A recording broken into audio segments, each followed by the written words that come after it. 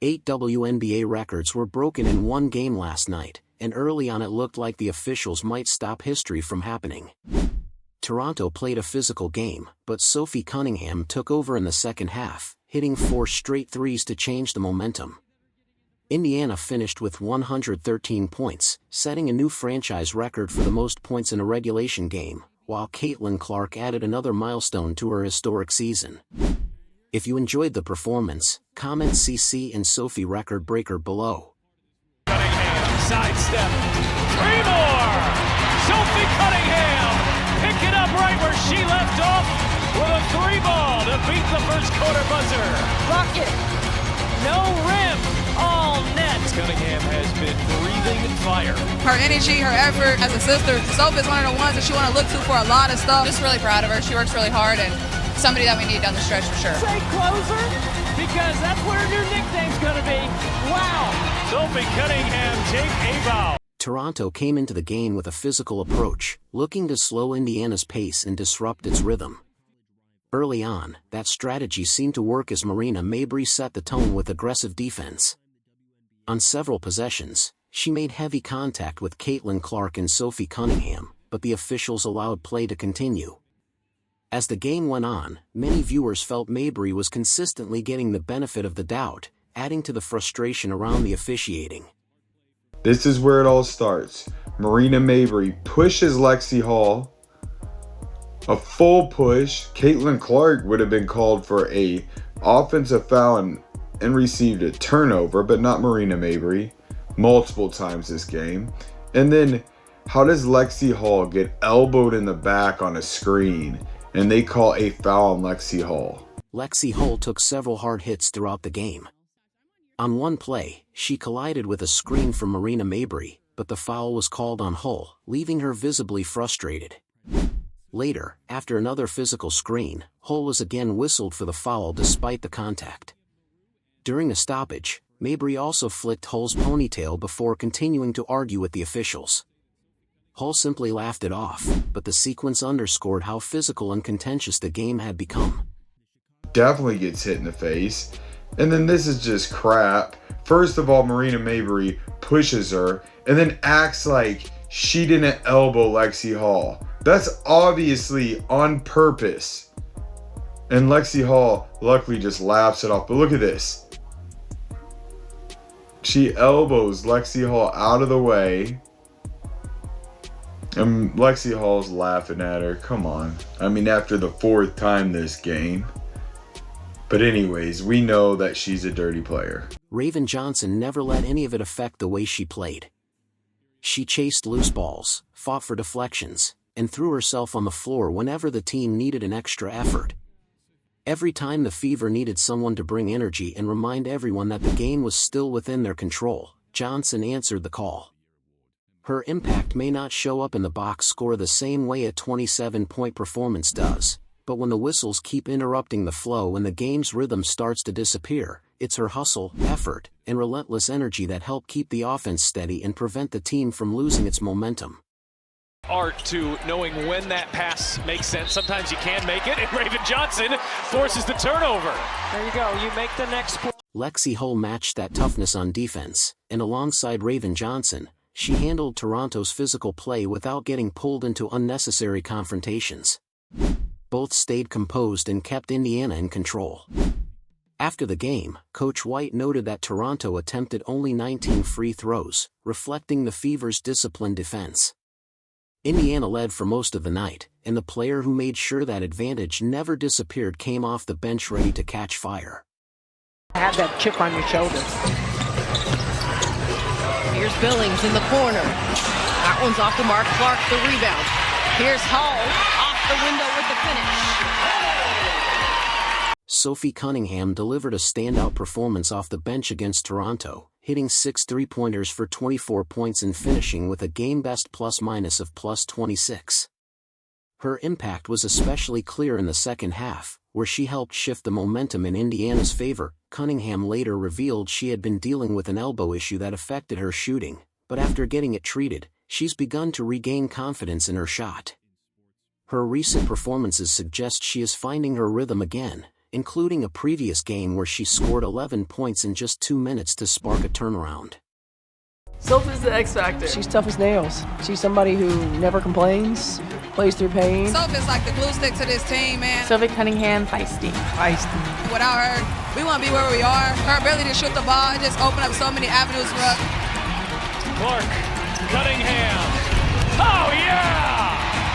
Big time plays by Cunningham. Inside, Boston, kick out. Can she do it again? Bullseye! Toronto's physical approach and frequent stoppages created space for Sophie Cunningham to find rhythm, since her game doesn't need much setup.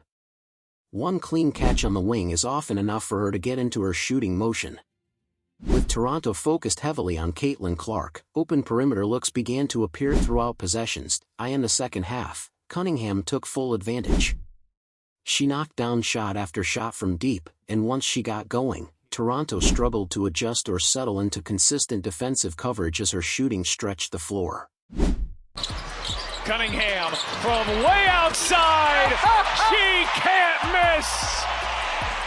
Get the ice bucket ready, because that... Let's talk about why there isn't a clean defensive answer. If you attach extra attention to Caitlin Clark, it leaves Sophie Cunningham open on the wing. If you rotate off Cunningham to help on Clark, the ball swings back to Cunningham and the defense is already late to close out. If you try to split the difference, Clark finds Aaliyah Boston inside before the defense even fully commits. There is no perfect rotation in that situation, and Cunningham is a big part of the problem for defenses because she shoots at a level that makes leaving her open simply not an option. Clark, Cunningham. Oh, yeah! That's an assist in the book for Caitlin Clark, but that's an assist for KK Timpson for running the floor hard. She draws the gravity and defense away. Her 83.4% true shooting percentage leads the entire WNBA to start the season, and that number is already making headlines. It matters because true shooting percentage combines threes, twos, and free throws into one metric, so it isn't boosted by just one type of scoring.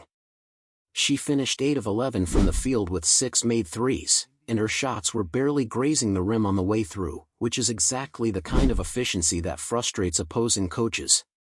The 24 points also marked a new career high for her as a Fever player, and the fact that she did it in just 24 minutes off the bench makes it even more impressive because she isn't even playing starter minutes to produce that level of scoring. Sophie Cunningham, you like the scoring, but sometimes it's the reactions that are even better. They got the lead and you're watching the WNBA. When Cunningham was on the floor, Indiana outscored Toronto by 26 points, and that single number says more than any highlight reel ever could because it shows that every possession she played helped the Fever extend their lead. She also had 9 assists by halftime, which really stands out when you consider the context of the game. Caitlin Clark had tweaked her knee early on, but she still kept running the offense as if she already had every read memorized before tip-off, keeping Indiana organized and in control even while dealing with that setback. Clark, low cross, behind the back, no look, Timpson with the finish! The Timpson pass stood out as more than just a highlight. Caitlin Clark drove into the lane, faked a layup, then delivered a behind-the-back pass to Michaela Timpson, who finished in stride. Toronto's defense had already shifted toward the fake, and Clark read the movement before making the pass. It wasn't just flashy, it was a high-level read that showed her ability to process the defense early and create an easy scoring opportunity before the play fully developed. With a shoulder injury for most of the year. Clark goes behind the back, gets it to go, and her three-point shooting wasn't falling as usual, and coach Stephanie White admitted after the game that shot efficiency and ball security still need improvement. Even so, Caitlin Clark made a major impact. She finished with 14 assists on a night when her shot wasn't dropping, directly creating at least 28 points for her teammates and keeping Indiana's offense steady. The records tell the bigger story.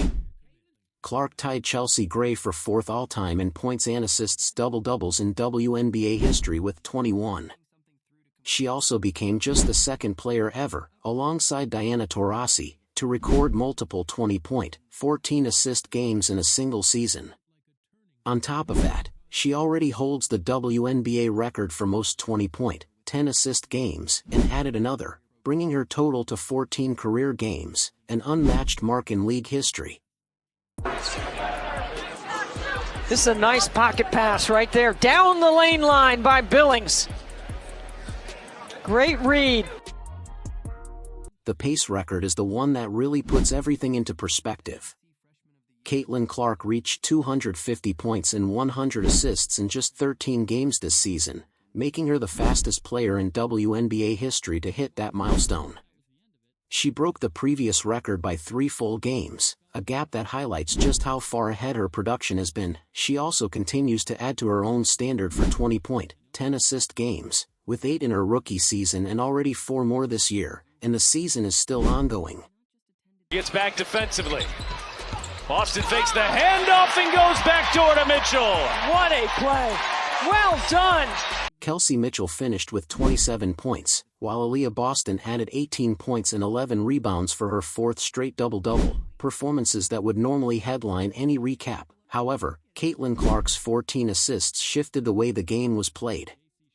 The defensive attention she drew opened up cleaner driving lanes for Mitchell and improved post-entry angles for Boston.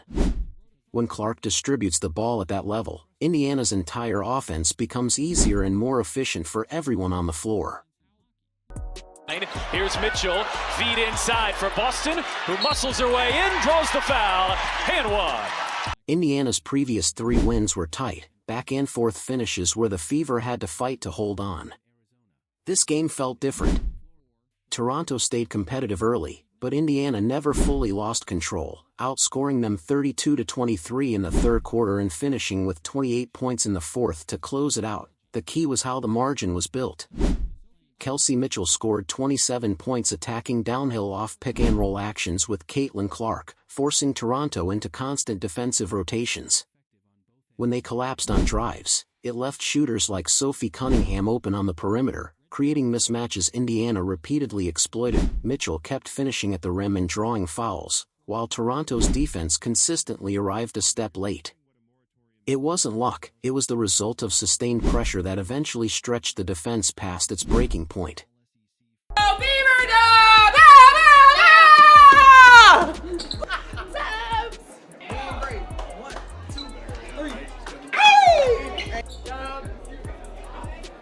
Shout out to girls, another dub. You know what the towel stands for? Dub City! That's a dub. We love it. Woo! Sophie for president.